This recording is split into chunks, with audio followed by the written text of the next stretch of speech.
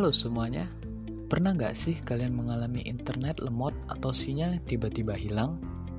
Nah, masalah ini sering kali berhubungan dengan media transmisi yang digunakan dalam jaringan. Di video kali ini, kita akan kupas tuntas tentang media transmisi dalam komunikasi data. Simak sampai habis ya. Apa itu media transmisi? Media transmisi adalah jalur yang digunakan untuk mengirimkan data dari satu perangkat ke perangkat lain dalam jaringan. Media ini terbagi menjadi dua jenis utama, yaitu media berkabel dan media nirkabel. Selain itu, media transmisi juga memiliki peran penting dalam efisiensi komunikasi data. Jika pemilihan media transmisi salah, maka komunikasi data akan mengalami gangguan seperti keterlambatan, kehilangan paket data, atau kecepatan yang lambat. Media berkabel. Media berkabel lebih stabil dan minim gangguan dibandingkan media nirkabel. Ada 3 jenis utama pada media berkabel. Yang pertama, kabel twisted pair atau UTP dan STP. Biasanya digunakan dalam jaringan LAN dan relatif lebih murah. Kabel UTP atau Unshielded Twisted Pair terdiri dari 8 kabel kecil yang dipilih untuk mengurangi interferensi elektromagnetik. Kemudian jenis kabel yang kedua yaitu kabel koaksial. Dulu, kabel koaksial sering dipakai untuk TV kabel dan internet. Koaksial memiliki inti tembaga dengan lapisan isolasi untuk mencegah gangguan sinyal. Kemudian jenis yang ketiga yaitu fiber optik. Fiber optik menggunakan cahaya untuk mentransmisikan data dengan kecepatan tinggi dan minim interferensi. Fiber optik menggunakan serat kaca untuk mentransmisikan data dalam bentuk cahaya, menjadikannya yang tercepat dan paling stabil. Media berkabel memiliki beberapa kelebihan dan kekurangan. Contoh kelebihannya yaitu stabil, minim gangguan, memiliki kecepatan tinggi, dan lebih aman dari penyadapan. Sedangkan kekurangannya yaitu instalasi yang lebih sulit dan biaya yang lebih tinggi. Contoh implementasi media berkabel. Pada jenis media UTP digunakan dalam jaringan perkantoran kecil. Pada fiber optik biasanya dipakai oleh ISP untuk backbone internet. Kemudian yang koaksial masih digunakan untuk jaringan televisi kabel dan beberapa provider internet. Media nirkabel. Media nirkabel menggunakan gelombang elektromagnetik untuk mentransmisikan data. Contoh media nirkabel yaitu Wi-Fi, Bluetooth, dan gelombang satelit. Wi-Fi. Wi-Fi biasanya digunakan di rumah-rumah, kantor, dan tempat umum. Wi-Fi beroperasi dalam frekuensi 2,4 GHz dan 5 GHz, masing-masing dengan kelebihan dalam jangkauan dan kecepatan. Penggunaan Wi-Fi biasanya di perkantoran besar dengan banyak pengguna seringkali menyebabkan kepadatan jaringan. Yang kedua, Bluetooth. Bluetooth biasanya digunakan untuk komunikasi jarak pendek. Bluetooth menggunakan teknologi frekuensi hopping untuk menghindari interferensi. Kemudian yang ketiga, gelombang satelit. Gelombang satelit biasanya digunakan untuk komunikasi global, termasuk internet di daerah terpencil.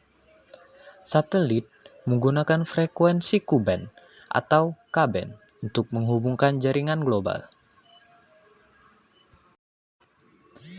Media nirkabel juga memiliki beberapa kelebihan dan kekurangan. Contoh kelebihannya yaitu fleksibel, tidak perlu kabel, mudah diimplementasikan, dan dapat menjangkau area yang luas. Sedangkan kekurangannya yaitu rentan terhadap gangguan dan kecepatan dan keamanan lebih rendah dibandingkan media berkabel. Perbandingan dan pertimbangan pemilihan media transmisi. Ketika memilih media transmisi untuk suatu jaringan, ada beberapa faktor yang harus diperhatikan.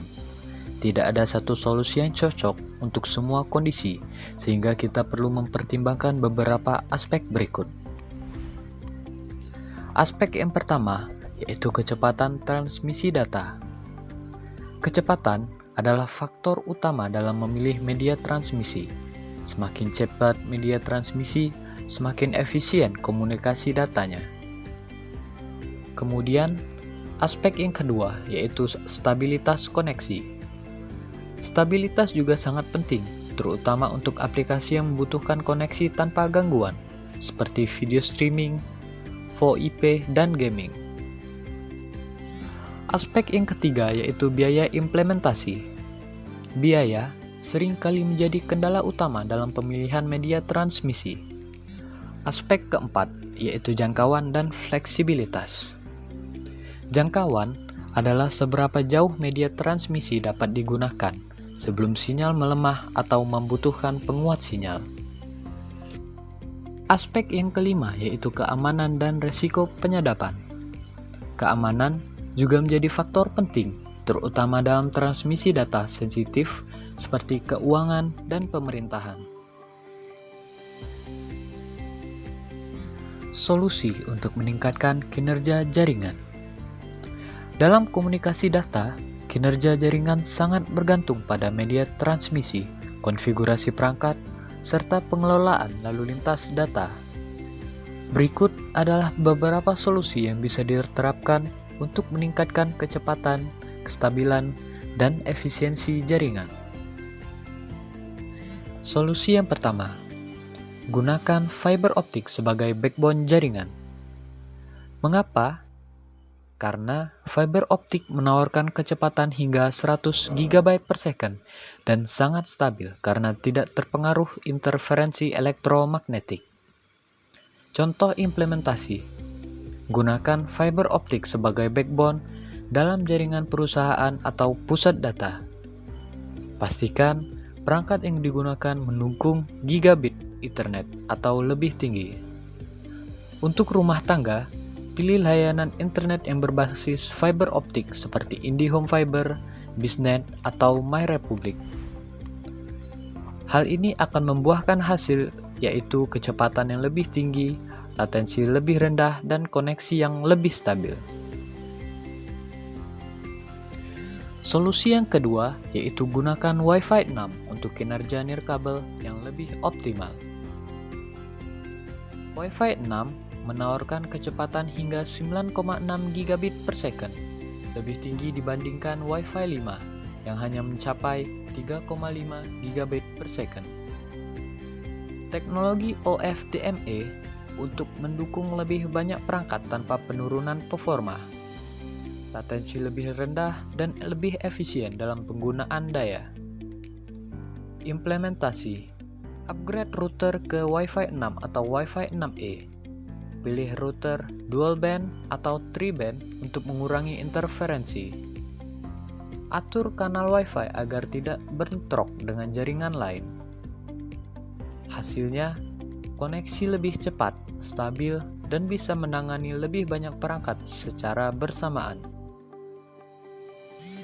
Solusi yang ketiga yaitu perkuat keamanan jaringan dengan VPN dan WPA3. Keamanan jaringan sangat penting, terutama di era digital yang penuh ancaman cyber. Wi-Fi tanpa enkripsi kuat bisa mudah diretas.